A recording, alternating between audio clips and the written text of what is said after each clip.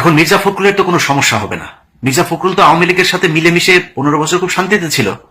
সে একদিন এক ইয়েতে ক্যাবিনে ছিল, মানে আটক হয়েছিল, আটক হলে তারা সুন্দর করে 5 স্টার হোটেলে পর্যন্ত রাখা হইতো। মির্জা ফখরুল সহ কয়েকজন বিএনপি নেতা আছে, সবাই না কয়েকজন, এদেরকে রাখা হইতো, খুব আরামে রাখা হইতো। তো এই লোকগুলিকে আপনার ওই ক্যাবিনে রাখার পর একদিন সে একজন বিএনপির, নাম বললাম না, বিএনপির এক নেতার সাথে সে বলছিল যে খালেদা জিয়ার কথা বলছে, এই মহিলার কারণে, এই মহিলার মাথায় সমস্যা আছে, এই মহিলার কারণে এখন আমার এই জেলে আসতে হইলো। মানে এতদিন মির্জা ফখরুল অস্ট্রেলিয়াতে যে আওয়ামী লীগের কাছ থেকে যা ভাগটাক পাইতো এগুলো নিয়ে ওইখানে দিত, বউরে নিয়ে থাকতো। এখন সে বউ নিয়ে বাড়িতে এসেছে, গ্রামে মানে দেশে এসেছে। প্রতিদিন বিভিন্ন গণমাধ্যমে দেখি সে বক্তব্য দেয়। এতদিন কই ছিলেন? 2024 সালের 5 আগস্ট শেখ হাসিনা পালিয়ে যাওয়ার পর 1-1.5 মাসের ভেতরে আমি একটা কথা বলেছিলাম যে শেখ হাসিনা বাংলাদেশের পরবর্তী প্রধানমন্ত্রী হবেন। যদি নাও হয় তাহলে তারপরের মানে 1 বছর পরের মেয়াদের প্রধানমন্ত্রী হবে আওয়ামী লীগের কেউ।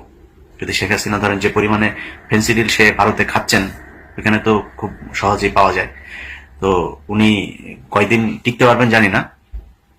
যাই হোক, আওয়ামী লীগের কেউ প্রধানমন্ত্রী হবেন।